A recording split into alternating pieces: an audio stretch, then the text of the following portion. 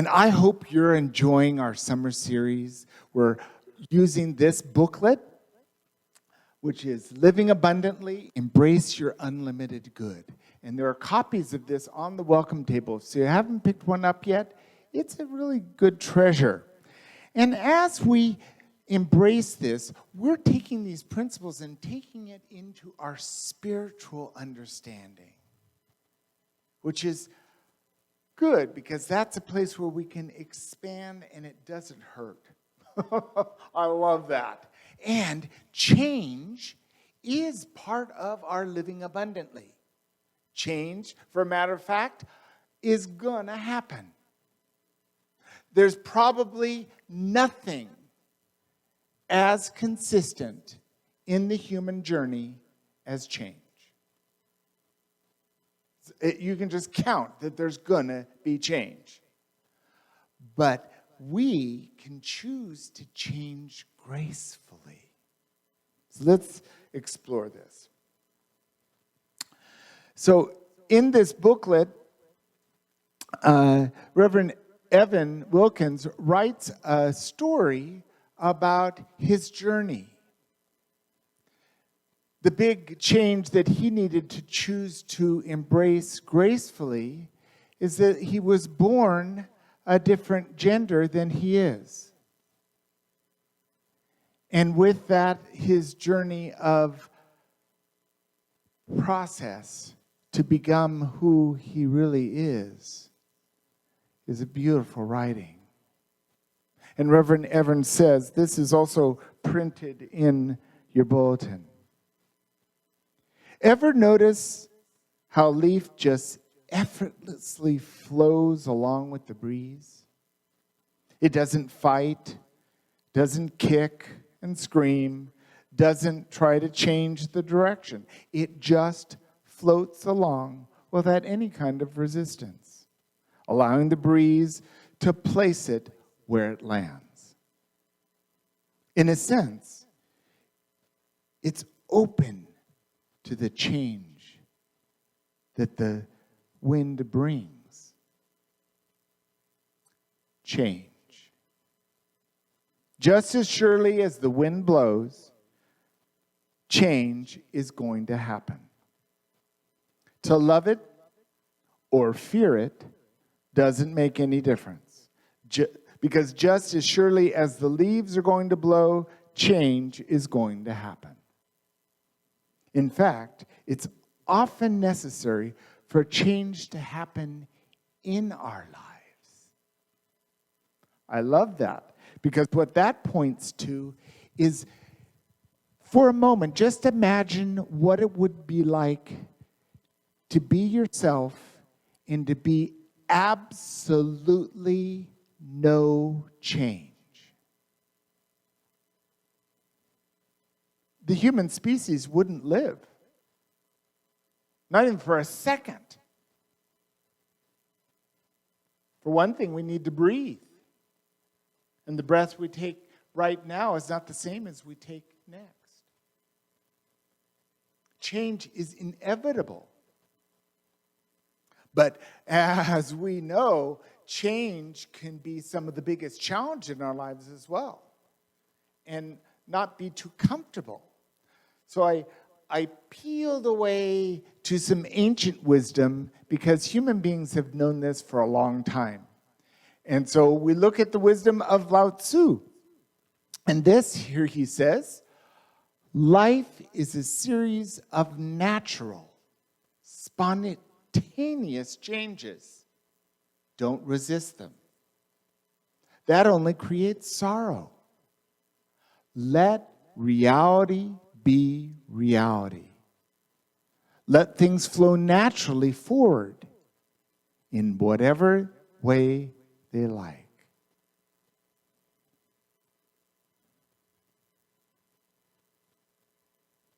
If we get all tied up in knots, resisting change,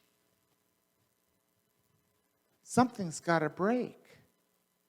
We're going to experience pain because we're resisting reality. Some changes are just natural, like the growing up changes. The hair falls out, or the life changes. When we're young and we grow up, there's change that happens. And in our environment, just wait 5 minutes and the weather changes in Texas. The seasons. A little rain and the grass grows, and the wildflowers grow, and the pride of Barbados are bursting forth, and the hummingbirds are really happy about it. We are in the face of change every day. And when we resist change, we're going to experience some sorrow, some pain. When we let change be, then we're able to be present to now. If you're moving brings forth change. But it doesn't have to be difficult or painful. It's really our choice. And if we're going to live abundantly, let's change gracefully. I love the wisdom of Martha Smock, and here she says, through all the days of your life, many outward changes have taken place. But the real you has not changed. In a time of failure, it has not been defeated. In a time of accomplishment, it has not been inflated. We are, in essence, both a human being and a spiritual being. And our spiritual being, that real you, the unchanging essence of you, doesn't change, isn't affected by success or failure. It's consistent because it's one with God. And God is unchanging, pure, unchanging, not affected in any way. Now, that doesn't mean that God isn't deeply amused, because I doubt very much God has a TV set, but just watch humanity. Change the channel and there's so much to see with us living with our change or not. But our lives, our human lives, will experience change. What begins in time ends in time. Our jobs change, our relationships change. In the case of Reverend Evan, our gender might change. There's a lot of change in the human journey. And there are the tools that we are learning by living abundantly to step into change.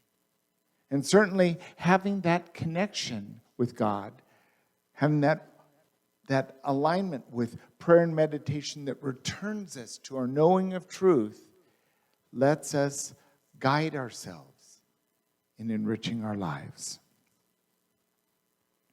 The wonderful Albert Einstein, great scientist and great philosopher, says, the world as we have created it is a process of our thinking. It cannot be changed without changing our thinking.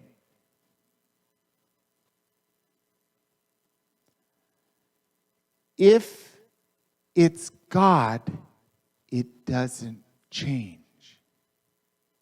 Everything in the world changes. It's of God, but it isn't God. And it's created by our collective conscious.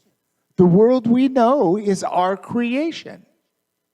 So if we look out and we go, I don't like what's going on in the world there. I don't like what's going on in the world here. We can change it by our thinking.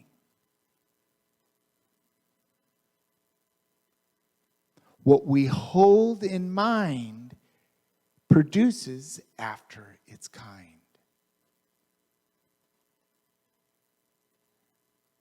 But the best way to find that change is to drink it ourselves. So, what happens if we focus on the war? We support it. Our thought is promoting war when we think about war. Even if we like it or we don't like it, we're promoting war if we think about the war. Do you see that? But if we think peace, what's in the world by us thinking peace? Peace. So shift from the thought of war to lifting the thought to peace, because our thought creates the world.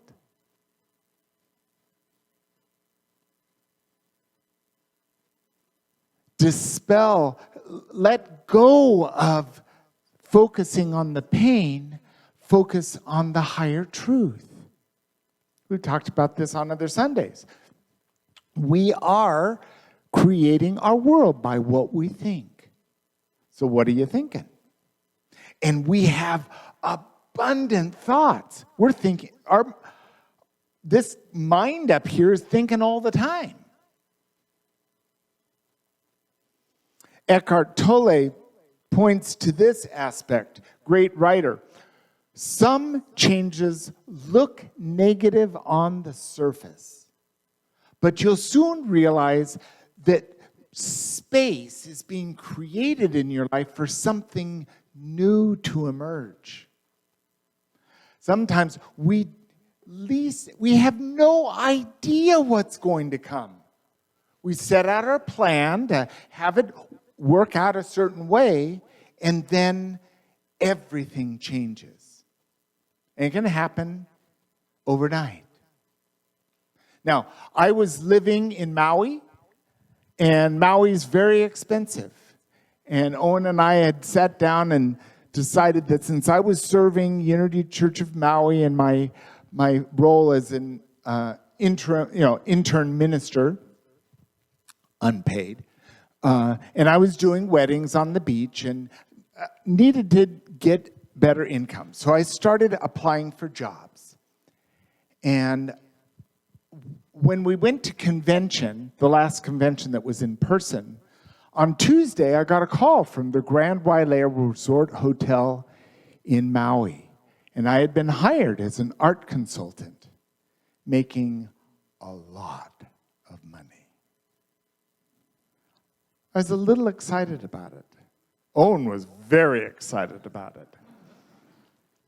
Well, that night at the convention, Reverend David Alt and Bishop Carlton Pearson gave a keynote talk, and it was like they were talking just to me.